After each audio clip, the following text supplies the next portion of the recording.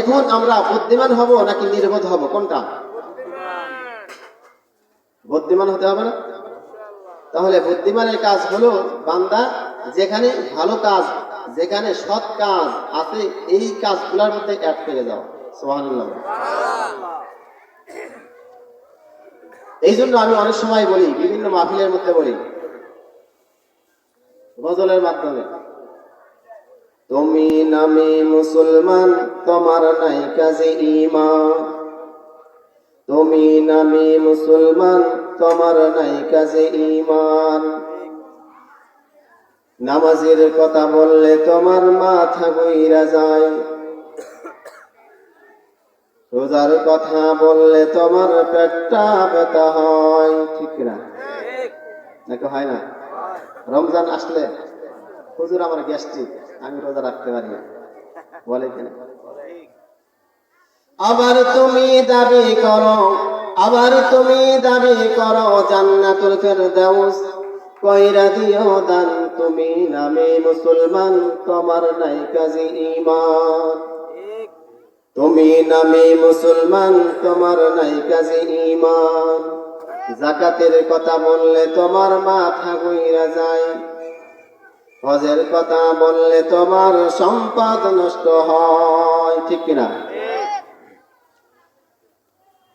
আবার তুমি দাবি করো, আবার তুমি দাবি করো জান্নাতুল ফেরদাউস কইরা দিও দান, তুমি নামে মুসলমান তোমার নাই কাজে ঈমান, তুমি নামে মুসলমান তোমার নাই কাজে ঈমান, নবীর আশিক হইছো তুমি দরদ পড়ো না, নবীর সুন্নত নাই যে তোমার লজ্জা করে না। ঠিক না?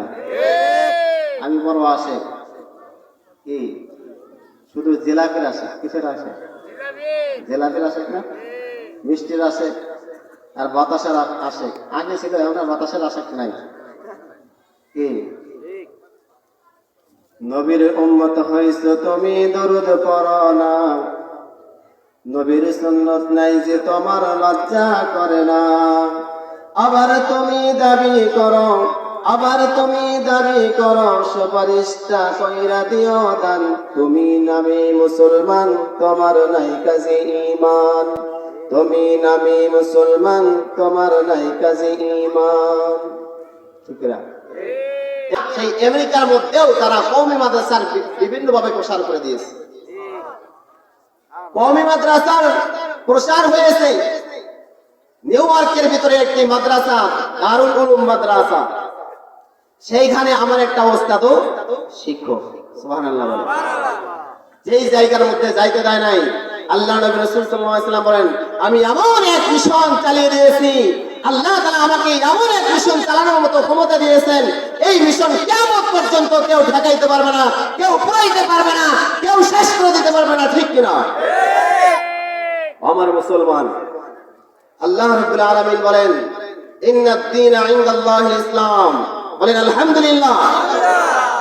আল্লাহ তাআলা বলেন, এই যত প্রকারের ধর্ম আমি দিয়েছি, হিন্দু ধর্ম বলেন, ইহুদি ধর্ম বলেন, খ্রিস্টান ধর্ম বলেন, যত প্রকারের ধর্ম আছে, যত ধরনের শিরক রয়েছে, যত প্রকারের মতবাদ রয়েছে, আমি সব কিছু দিয়েছি ঠিক, কিন্তু আমি আল্লাহ তাআলার কাছে শুধু একমাত্র একটাই ধর্ম আমার কাছে প্রাধান্য, আমার কাছে একটাই শুধু পছন্দনীয়, আর সেই ধর্ম হলো ইসলাম। সেই ধর্ম কি? ইসলাম।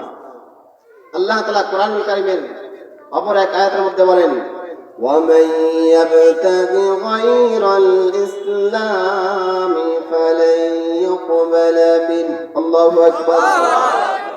আল্লাহ রাব্বুল আলামিন বলেন, আমি যদিও বিভিন্ন মত, বিভিন্ন ধর্ম আমি দুনিয়ার মধ্যে দিয়েছি, আমি আল্লাহ তাআলার পারমিশন ছাড়া কোনো কিছু হয় নাই, আমি আল্লাহ তাআলার অনুমতি ছাড়া কোনো কিছু হয় নাই। যত ধরনের ধর্ম হবে, যত ধরনের মত হবে, আমি আল্লাহ তাআলার পারমিশন ছাড়া হবে না। কিন্তু আমি আল্লাহ তাআলা, আমি এই এমন একটা মনোনীত ধর্ম তোমাদেরকে দিয়েছি, এই মনোনীত ধর্ম দিয়ে আমি তোমাদেরকে পরীক্ষা করতেছি, কে কোন ধর্মের মধ্যে দীক্ষিত হইবা, কে আমার মনোনীত ধর্মের মধ্যে দীক্ষিত হইবা। আল্লাহু আকবার। ইসলাম ধর্মের অনুসরণ ছাড়া, ইসলাম ধর্মের থিওরি ছাড়া, ইসলাম ধর্মের নিয়ম ছাড়া কেউ যদি কোনো ধরনের ভালো কাজ করে, কোন ধরনের নেক কাজ করে, আল্লাহ তাআলার কাছে এটা গ্রহণযোগ্য নয়। অনেক হিন্দু ভাই আছে মানুষদেরকে দান করে কিনা? অনেক ইহুদি রয়েছে মানুষকে দান করে। তাহলে দান করতেছে, ভালো কাজ করতেছে, এই সব কিছু ডিপেন্ড করবে, এই সব কিছু নির্ভর করবে তোমার ঈমানটা কেমন, তোমার ঈমানটা কিসের, ইসলামের ঈমান নাকি কুফরের ঈমান নাকি শিরকের ঈমান, না তুজার ঈমান। আল্লাহ তাআলার উপর ভিত্তি করে তোমার আমলগুলো আল্লাহ তাআলা গণনা করবেন, মূল্যায়ন করবেন। চিল্লায়ে বলেন আলহামদুলিল্লাহ। তাহলে ইসলাম ছাড়া কোনো ধরনের গতি নাই।